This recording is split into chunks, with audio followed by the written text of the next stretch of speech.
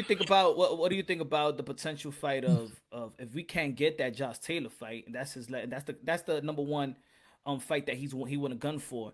But how about guys like Devin Haney, who is I think Well, he's I think if we can't get Porter, Haney would probably be his first choice. okay. Um, Mostly because of the whole flack with the WBC. Hmm. Um, What that do you feel bothers about him. that? What do you feel? You What do know, you yeah? What do you feel about the I mean, we're clearly the yeah? champion. I mean, Yeah, the I think everybody saw what y'all did, uh, what he did, of course. and we begged the WBC. If there's confusion about it, make him our mandatory.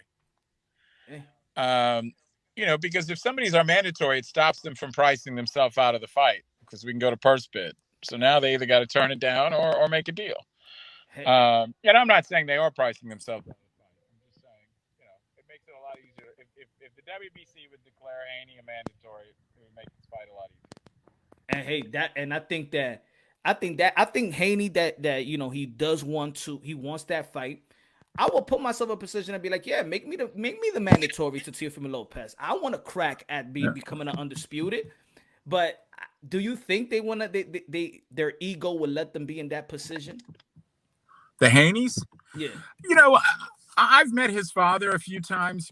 I know the father much more than I know the kid, and they seem like serious people who are taking this very serious. And he's always expressed to me an intent and a desire to fight Teofimo. that's good. And I'm more than willing to take him on his word at that. I mean, that's a fight that's going to happen someday. The question is what weight it'll be at, right? Yeah, In 2 years, they'll both be 47s. sure. Or at least 40s. But uh, Hagler, Hearns, Leonard, all those guys, they didn't all fight each other in their 15th fight at their first weight class. Yeah, They facts. all eventually fought each other, but it wasn't immediately at the first weight class. We'll get to everyone. Yeah. I mean, it's one of the reasons, why some of the smaller guys that may not be able to move up are a priority now too. Hmm. You think about those guys. If we were going to do a Loma rematch, we can't wait forever on it because Yeah, I don't think because he's ever really going to move up. So there's different things like that that all play into who's next and who's down the road. yeah, he Um, does, and he said he doesn't have any desire to give him the rematch. And I know that, of course, Top Ranks would love that rematch, would love that pay-per-view yeah, it's rematch. not high on Teofimo's list of things to do. I think more because of the weight than anything else. Mm, I don't think he's nuts about making 35 forever. mm. Um, if Haney and Garcia and those guys who came and forced a fight and or at least been very cooperative on a fight, I think it'd be a different thing. But Okay. and also, like I said, those guys are young enough. We'll fight them somewhere. We'll fight them at 40. We'll fight them at 47. Maybe we'll fight them at 54 someday. I mean, Yeah. they're all babies. I mean, those True. Facts. kids. Teofimo just turned 24. I think Devin may be 23. Yeah, he's gonna turn And, 23. He's 22. I and think he's gonna turn 20. Ryan is young enough. At January of 2016, I saw him at a national junior tournament in Reno. So he can't be more than 22 because Yeah. he had to have been 17 in January. I mean, he has to have been born in 99. Mm, So they're just babies. yeah. Those guys can fight at 40 someday, 47, maybe 54. Who knows? In If house. if you have your way without any hiccups, negotiating these fights and getting these fights for your for Tio especially, what would you, because they said they got one free TV fight with ESPN and two pay-per-view fights. So the next three fights, if it was you had the power, no hiccups, what are the three fights you feel like you could get the next three fights for Teofimo if everything works its way out? It really depends on Taylor and Haney. Okay. If Haney wanted to fight us early next year, I would probably say Haney, Taylor, and then a first defense against somebody like Prograis or Ramirez or somebody like that. If Haney doesn't, maybe we take a non non-title fight at 140, and then somebody like Prograis Ramirez or something like that. I think that's probably what's most likely.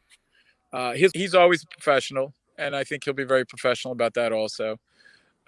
So we're definitely going to get in 3 fights, and I think it'll be, if one of the big 35s wants to fight us, we'll do that first. If not, we'll do a non-title maybe at 140, and then try to get Taylor. Our number one focus though is just Josh Taylor. But I think That that should be the number one focus, and I think that you know people are happy that he's willing to be the underdog again. I think he's gonna be the underdog on that fight. They're gonna list him. I think so. Of course, Taylor is bigger, but this is why Teofimo was he Lopez. the underdog against Ramirez? I think he was the favorite. I think Yeah, I think Josh. he was the favorite. I don't know that he's ever been the underdog, because even against Prograis and Baranchik, he got to fight him in the UK. Yeah, I I think don't. Tio. I think they would list Tio as the underdog. That's what I'm I saying. do, but I think that would be the first time for Josh. I don't think he's ever been an underdog. I Mm. could be wrong, but I don't think so. Yeah, that would be a good fight. And I think that Josh Taylor he's going for legacy. There's lineal versus lineal, pound for pound versus pound for pound. But I think the names that y'all mentioning is actually the names that the fans will want to see. People will respect Teofimo Lopez for going for greatness. If he can't get that, then a Devin Haney, and I think people are happy to hear that you guys are willing to get the Devin Haney fight even as your next fight after this Cambosa fight, of Right, course. And people have questions. Is Teofimo Lopez overlooking Cambosa?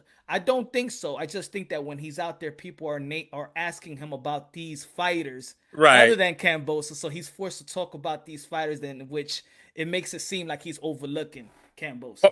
Part of the Teofimo getting ready process is sort of learning to hate his opponent. So, which was why it was really hard for us to fight Richard Comey, because nobody can hate Richard Comey, right?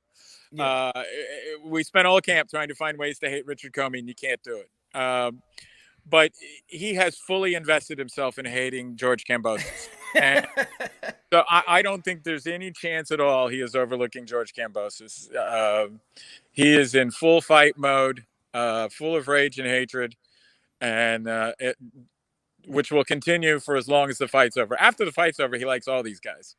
yeah. But 5 seconds before, um, he hates them all. So except for Comey, God bless him. He could never find a way to hate Comey. Let me ask you a couple questions.